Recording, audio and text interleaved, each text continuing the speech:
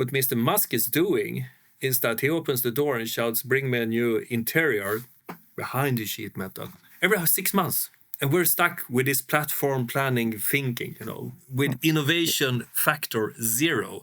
That's what's killing us.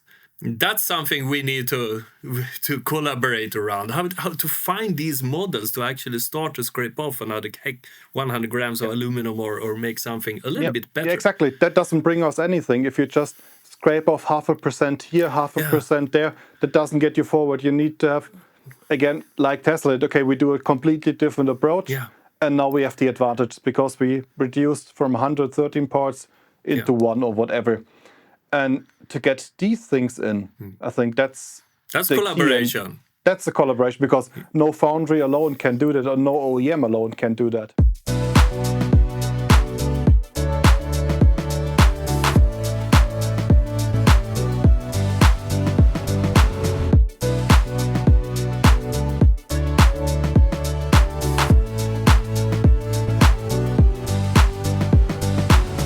Hello and welcome to yet another episode of the Goldcasting Podcast. Today we have the start of a new series, and this series is sponsored by Euroguss 365 and their executive circle. In this series we will go to each of the topics at that exclusive event to talk about what the foundry industry in Europe can do to present itself better. And today we have the first episode, which will be the network mindset. And for that, we have Benjamin Jung as a guest. Welcome, Benjamin. Hi, thank you. So, Mr. Jung, we know you since before, but I don't think all our viewers and listeners know you. But we also know that you were at the table where this network mindset was discussed at the executive circle. Before starting, just to set the stage a little bit, I read here that the definition was focus on motivation, collective identity, long-term collaboration, individual investment and commitment, transparency, trust, and joint risk sharing to ensure sustainable success and resilience. So let's take it apart. How was the discussion around the table? Yeah, there was a good discussion with all the members at the table. We were talking a lot about the problems we have, I would say, with the networking, especially in Europe. The main topic for us at this table was to find a conclusion how we can make the high pressure die casting industry more, I would say, sexy for new employees, for new people coming into our industry, and also to find ways to talk to the government or to people they doing at the moment this decision in politics. So what you actually concluded then was that die casting is somewhat a silent hero, just producing a lot of parts, doing a lot of good things, but never really get the appreciation and the focus from its surroundings, basically. Is that correct? That's correct. So we are always the dirty, messy industry, wasting a lot of energy and making a lot of dirt, but nobody sees what we are doing for the environment, and nobody wants to come into our industry, to be honest. Yeah, but also that's a totally false picture. If you walk into most foundries that are painted white on the floor, there is no dirt, it's quite bright, and a lot of technology is in there. It's not like in the ancient history channels where you could see a black hole where someone is pouring metal. And fire. Yeah, you can see the documentations on television. So everybody is thinking out of our industry. We are still in this phase of the, I don't know, early 60s or something like this. That was the main discussion, how to make our industry more popular. One of the points was that we need somebody who's doing the influencing for our industry, and have like a high pressure die casting influencer or hero that gives the possibility to show the right picture. Yeah, I mean, right now you're sitting in that chair, right? You're being an interview in the episode about how to make die casting more interesting, more attractive, and you actually use the term more sexy. But you must have had a discussion on how to actually achieve this and get the message out there. Yeah, the point is, I would say normally we need some cooperation. So we have in Europe, even in Germany, we have some corporations, foundations about high pressure die casting. But that was also one of the point of the discussions, is that they doing a lot of things, I would say very old fashioned, but it doesn't help to make our industry more interesting. You mentioned they. Who do you mean by they make it in an old fashioned way? Yeah, for example, the VDG.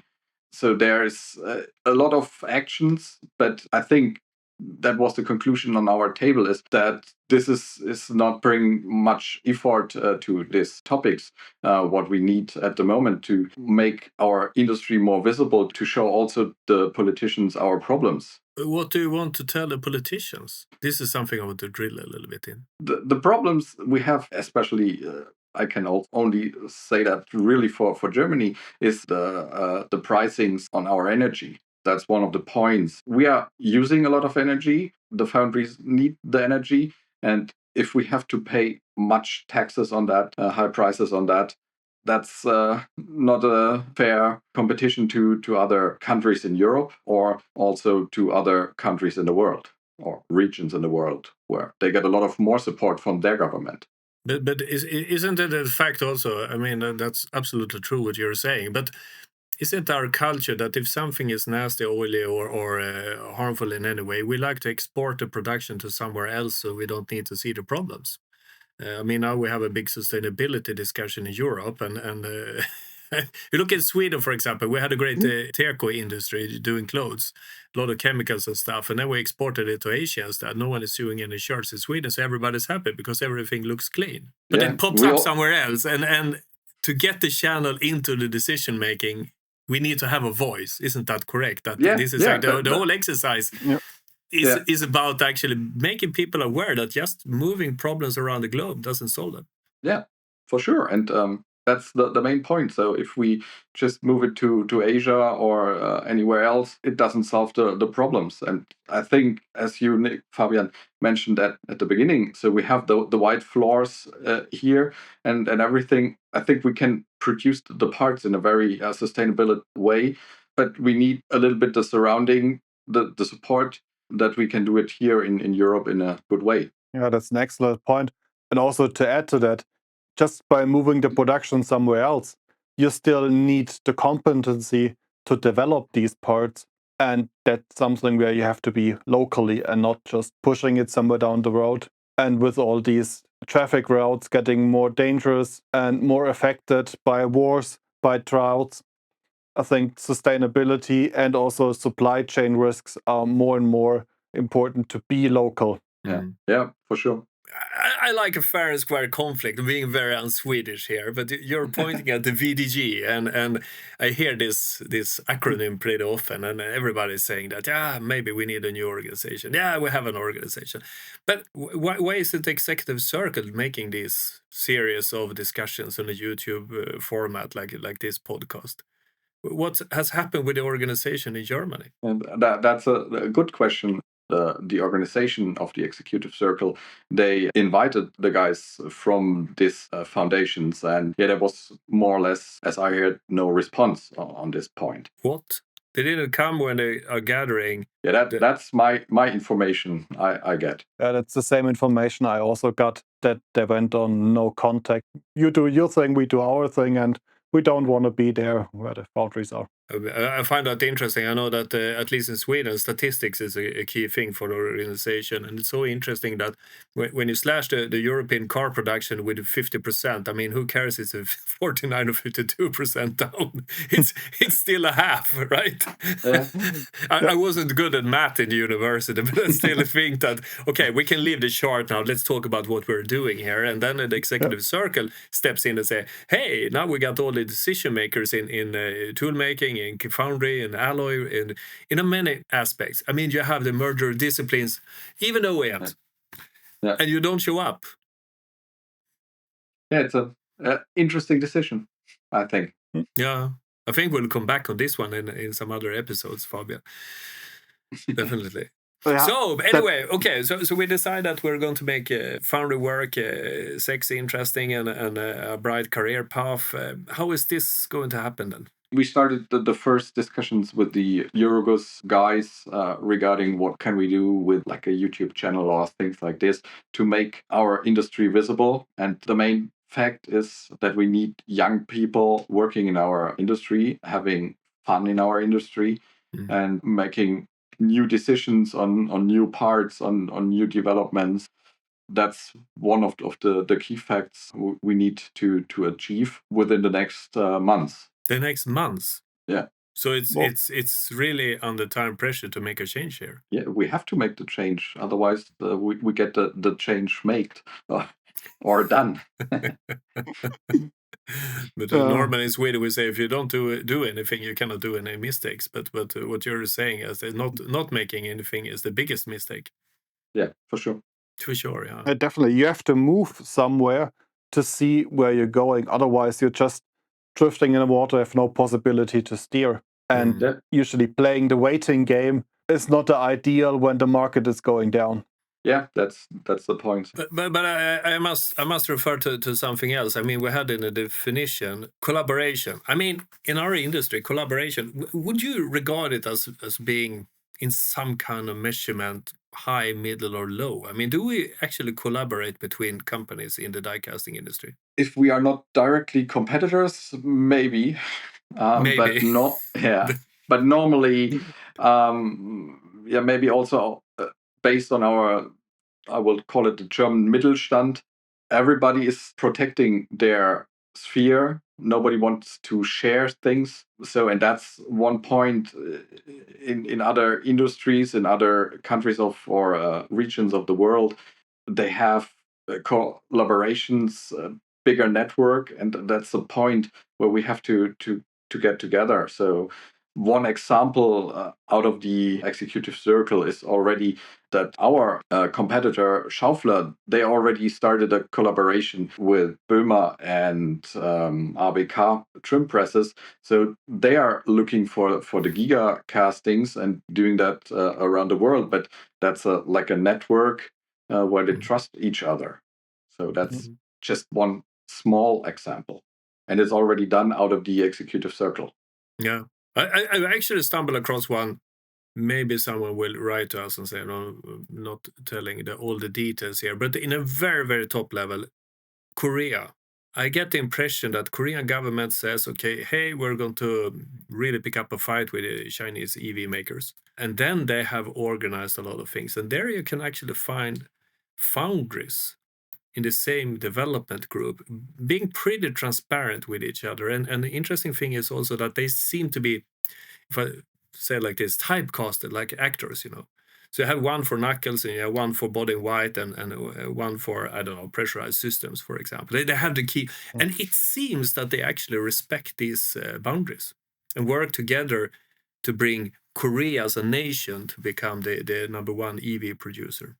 Quite interesting. I think we're going to follow this, but I don't see anything like this in Europe.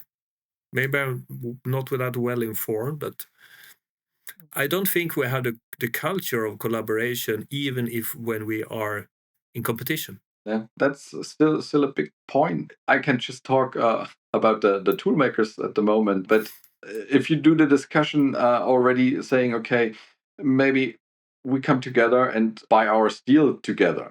So I think the European tool makers are using a lot of steel over the year, but then still it's starting the challenge saying, okay, yeah, but if we have like a central organization for buying the steel to get better material prices and things like this, then it starts like, okay, if I put my steel numbers into your or in this organization, then everybody knows what tools we are building. So we know that anyway.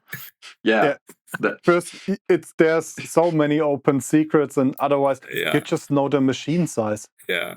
That's and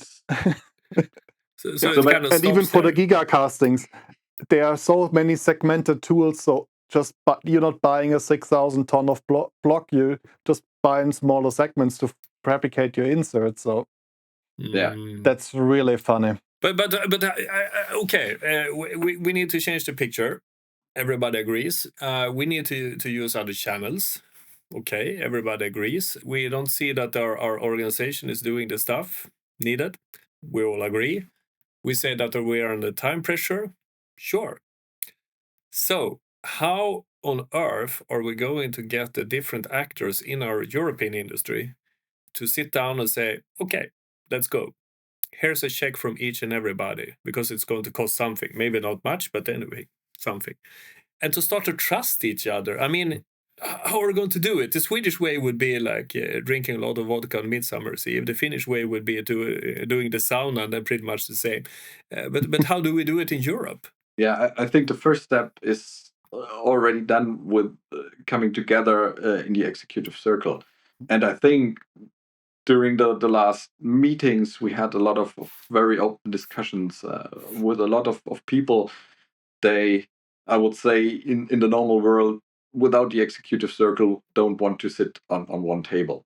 And that's the point. And I think to trust each other, that's nothing which is like a switch to switch on and off. And to switch off, it's really easy, but to switch on, it's like a process. And but yeah, as I said before, if we don't start this process, how should it change? But maybe this is the ideal thing to start around. I mean, if someone would say, okay, this is a message, we're going to broadcast it in these channels, this is the target group, blah, blah, blah, blah, blah. I mean, it has nothing to do about the competition.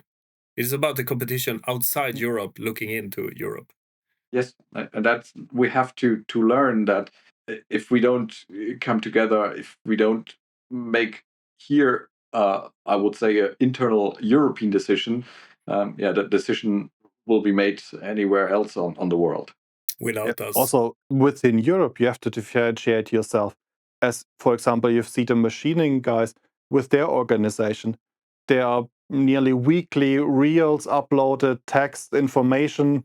You have to steer people that doing a lot of sheet forming stuff, and they are present. You see them everywhere on the social medias and on the websites. And now it's not that one foundry against the other, one tool maker against the other. So it's the foundry industry as a whole to survive. I think that's the strong point, that it's not about who gets the nomination from OEM XYZ. It's more like, will there be a European foundry existing in Europe? Yeah, you can start around that one, but then you have to do it persistently. And me and Fabian actually did some experiments. YouTube is the second largest search engine on the globe, and we actually sat and had a meeting and we typed in like European die casting, nothing. And then we did a lot of the keywords. We don't find anything. There are some companies that are pretty good in selling themselves. Some German foundries that actually have a couple of decent films, But again, I question why, because it's something to collaborate around, that it's not affecting your day-to-day business. But we all know that it's very important for 2026 and onwards, or 2025 maybe. So then my question is, who is going to hammer out this publishing plan and this message and define target groups and analyze which channel to go and actually start to do it? Will it be the executive circle or will it be someone else? Yeah, at the moment, it's like a small group out of the executive circle. And the Euroguss guys are doing this stuff, finding ways. Also, I don't think it's like a very simple discussion. So just to open up a YouTube channel saying we are the European diecasters and we are here. So we need maybe something like the Sendung mit der Maus, the German thing, something like this, make the things popular.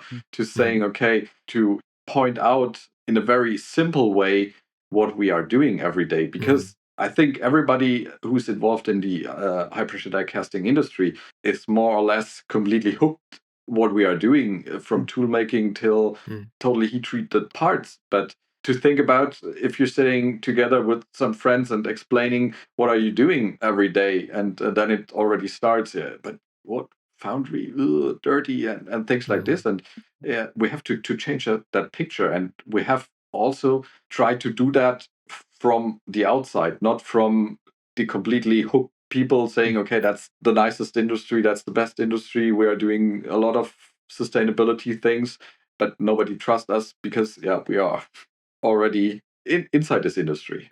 But isn't it a fact that if we do something like this, we have to divide it up in the target groups? I'm thinking like this. We need to hit the youngsters, so we get the apprentices into our industry. We need to get people on the buying side to realize that moving problems, sustainability to another side of the globe is not a solution. We need to have executives that actually start to think that, maybe we need to join that extra, I don't know, R&D work for it to be a little bit better than the competition. I mean, that's another thing. And then finally, don't we need a really good lobbying organization that actually helps our dear politicians on some level to realize that for product design, having production is vital. For sustainability, being regionally is vital. And for stability in countries, it has to be a workplace to go to.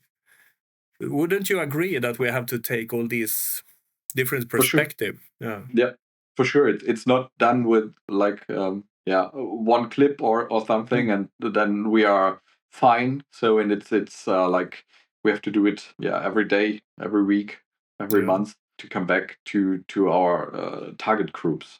Yeah.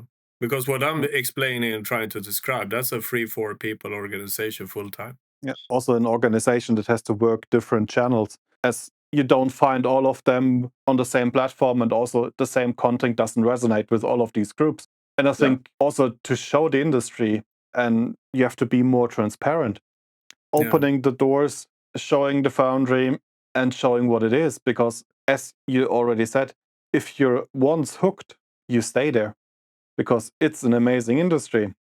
In this group, we need everybody from Maria with purple hair and a ring in her nose, being a 17 years old YouTuber, to a guy in suit working the corridors of power in Brussels.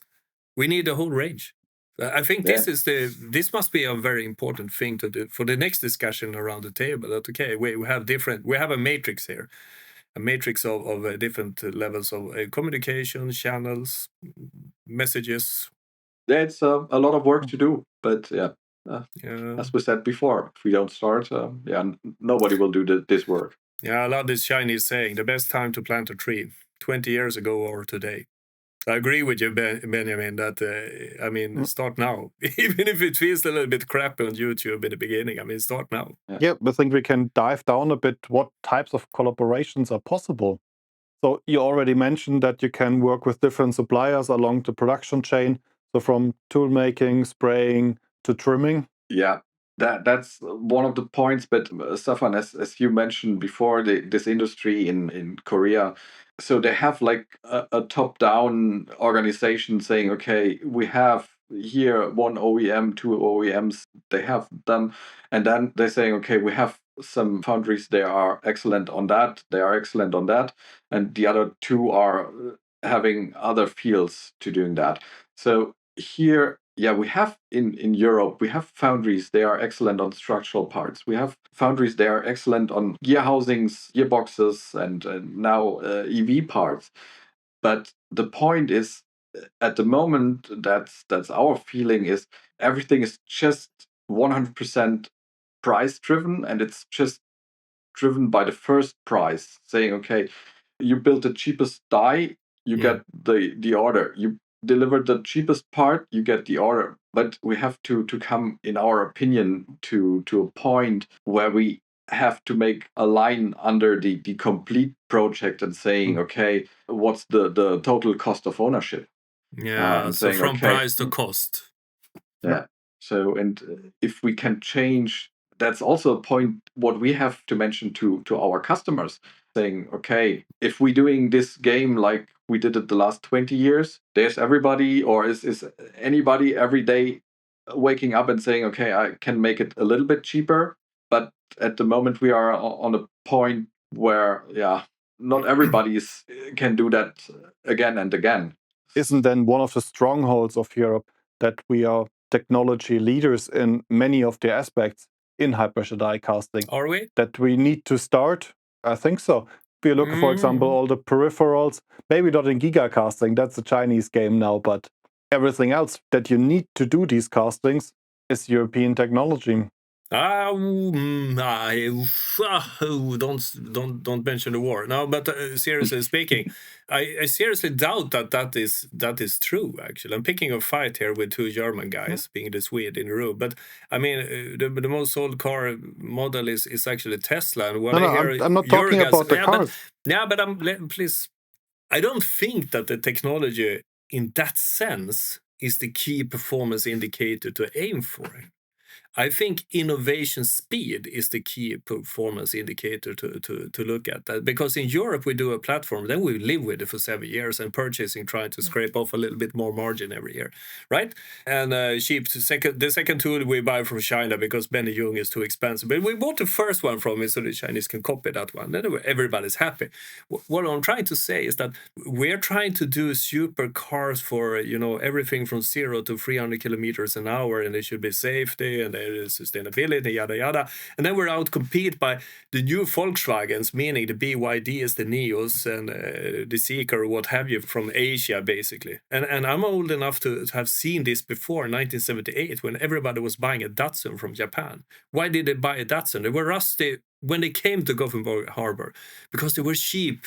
People can afford it, and this is the thing we're missing, because what Mr. Musk is doing is that he opens the door and shouts, "Bring me a new interior behind the sheet metal," every 6 months. And we're stuck with this platform planning thinking, with innovation factor 0. That's what's killing us. That's something we need to collaborate around. How to find these models to actually start to scrape off another 100 grams of aluminum or make something a little bit better. Yeah, exactly. That doesn't bring us anything if you just scrape off 0.5% here, 0.5% there. That doesn't get you forward. You need to have, again, like Tesla, okay, we do a completely different approach. Yeah. And now we have the advantage because we reduced from 113 parts into 1 or whatever. And to get these things in, I think that's collaboration. That's a collaboration, because no Foundry alone can do that, or no OEM alone can do that. No. Yeah, the network, starting from the OEM till the tool maker or the development team, which is doing the first prototypes. Believe it or not, I was 27 years old, responsible for a certain portion of the die castings at Ericsson, where we invented GSM, And we ordered the tools, and then we made a fixed half first, because that design was done 1 week before the other design on the other side of the two casting. Do you think it was a perfect casting? Absolutely no. Do we think we hit the time frame for delivery to the market? Hell yes. And I think this is pretty much the way that those guys that are challenging the European car industry is thinking. So what I'm saying, to change that mindset, if I'm right, I can be wrong, ask my ex-wife, that takes a lot of communication, a lot of collaboration, a lot of ideas, because no one in a KPI-driven organization will dare to challenge his boss with this. Who is going to walk into the CEO of a big tier 1 and say, "Hey, I think we're thinking absolutely crazy here. We should give Jung open book for the next tooling." And everybody will say, then Jung is going to buy a new Porsche, which is probably not the case. So here you have the trust thing. Here you have the problem, right? And incremental design changes over the platform's life is a cultural change that will require that we do this work. So I absolutely in line with you, Benny. Yeah, the point is, if you're now looking to the foundries, and again, I'm working at the toolmaker, and we get the view from this side to the foundries, and if we see sometimes what our customers have to do on analysis and exercises before they get the order from the OEM. So they're doing a lot of simulation work and all things for more or less in this state for free. And then the car maker is saying, "Oh yeah, okay, well done. We have now the knowledge, but this foundry is doing it 2 cents cheaper." In our industry, and I think that's also from the top down, we are really driven by the price, as I said before. So we have also start with this trust and saying, okay, we can nominate this foundry, and we trust them. They can do it the best way, and not putting 7 foundries in one pot and saying, okay, so technically they can do it.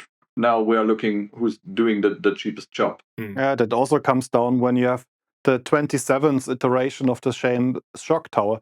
I mean, a shock tower was a novelty in 1994, and it was just the best foundries could cast it as it was new. Now in the 27th iteration, even the last foundry somewhere 3 hours off the next airport is able to cast a shock tower. I thought there's no novelty anymore. You can break it down and buy it from the cheapest. It works. But for innovation, you have to do something differently, integrate it into larger structures or add more functionality to get a cost advantage. Yeah. And that's the thing, I think, where especially you need a collaboration also with the tier 1, with the OEM, to see the larger structure, see where you can find beneficial structures to put them together into one new thing, which is, again, as complex as the shock tower was in 1994. Yeah.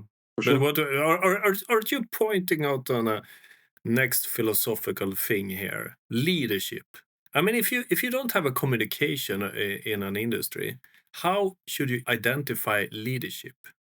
I mean, you can have a technical leadership, you can have a decision leadership, you can have a lot of different leaderships. Typical Swedish hobby to talk like this. But if you don't communicate with politicians and people around you or the youngsters or among you, how should you actually identify the real true leaders that are bringing our industry forward? And then you can argue, yeah, but we don't want to lose them. Come on now. Talk to any guy over 40 in our industry. They've been at 3 workplaces. I bet you that they have done a couple of years in the big ones. People are just moving around, right? So where's the novelty? But leadership is so important. I mean, it could be leadership in the politics for the damcasting industry. We don't know who it is because we don't communicate. We don't collaborate. Exactly. Yeah, exactly. This is a very soft point. I think Fabian is going to cut this rant away, but no, probably not, because I'm fully agree on that. If you're not visible, then it doesn't matter if you're existing or not. It's the same perspective. If you're not communicating, you're not existing in the public eye, who cares if you're here or not? And I think that's the big point. So interesting that you can turn around if a nation would like to have a leadership in wealth and development and education and employment and so forth. I mean, then you need to have a leadership in product development, because otherwise you don't bring in the taxes. You don't get the production. You don't get the taxes. If you don't have the taxes, you don't grease the wheels, and then you don't have a nation that's growing. So simple. So simple. And also, if you don't do these crazy steps, you're not getting any new thing done. You have to be a bit bold. You have to do something crazy, which the first 3 iterations don't work. But if you do that, then you're out. And everybody says, yeah, but we have to be sure, blah, blah, blah, blah. I think you're reading about the recall every month anyway.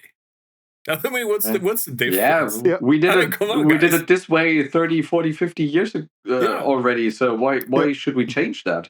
Yeah, and that's a very common mindset in our industry. So it was working the last 30 years. It's okay.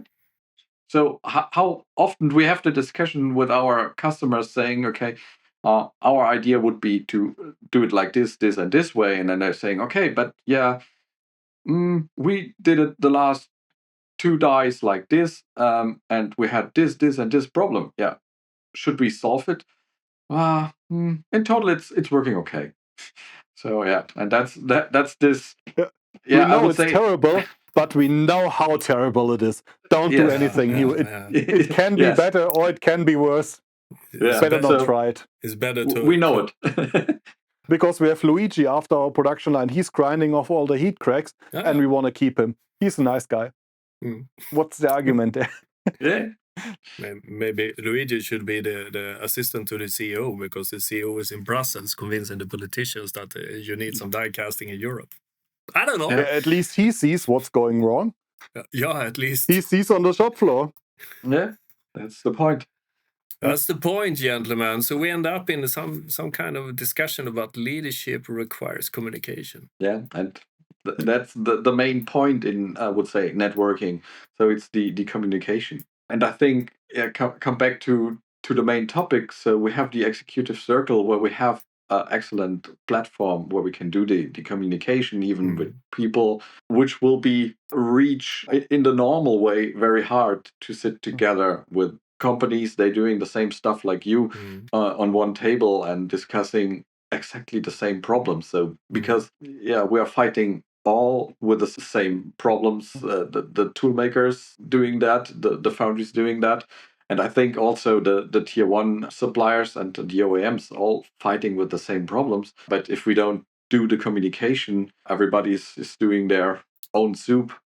And that's the point. And I think we have, with the executive circle, a great opportunity to start the communication. And I think it's already done, the starting. So now we have to start the trust to each other inside the circle to make us as one industry, as one European industry, visible to everybody who needs to see us. True. But I think the biggest challenge in all this is to have a group that could take these decisions and allow to take the decisions and spend some money, and then doing something that undefined as a marketing campaign for the foundry industry.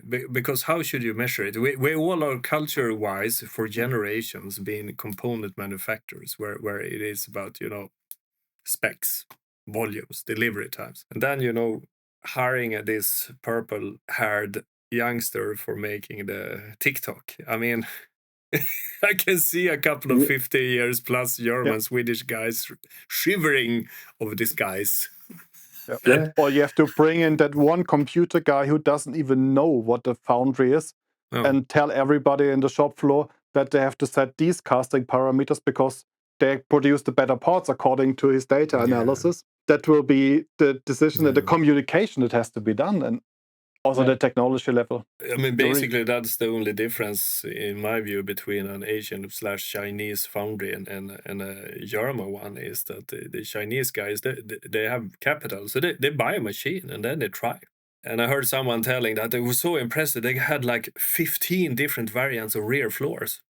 Yeah, the Chinese way. They tried. The first one failed, the second one failed, and the 14th one failed, but the 15th one, perfect. So they have one. The 15th one they present. Yeah. It's not that they have nothing in between. And you see this all from these Chinese foundries with the gigacastings. They show their parts, they're a bit blurred out, but they showcase what they can do. Yeah. And in Europe, everything should be so perfect and so low cost and blah, blah, blah, blah. I don't know. I mean, if you go to the grocery where I purchase our food, and look at the parking lot and look at the cars. I mean, 80% of them are worth less than the down payment of a European/German battery vehicle. Definitely. I mean, people cannot afford to spend, I checked it up, 65,000 euros for a car from Germany. No more specification there. It's not a luxury car. It's just a car, but it has a battery. I mean, 65,000 euros is way too much. Yeah, also, if you take that brand name and the model number of that car and compare it, it was basically, at least for my age group, this was the car that everybody's dad drove. And that wasn't a big problem because you could feed a family of 4, go on vacation, and it was normal. Well, you take this 65,000 car, and then you go on a business trip and end up in Shanghai, for example. Then it costs you less than 30. Please try to explain that to the audience. I mean, it's made of paper on one side of the world. I don't think so. Same logo. And also the same parts, and that doesn't come from cheaper labor, as the automatizations are basically the same wherever you are. It doesn't matter if Shanghai or Berlin. Pretty much same die casting machine. Anyway, guys, we came to a conclusion here about the leadership, and we came to a conclusion that it's about multi-level marketing from Brussels to Purple Hair to on TikTok. We come to the conclusion also that there's hope. There's light in the tunnel. There's an executive circle. People are actually getting up and do collaboration around this. It's going to be so interesting to see what happens in the future with this. Near future, that is. Yeah, I think that's the perfect ending.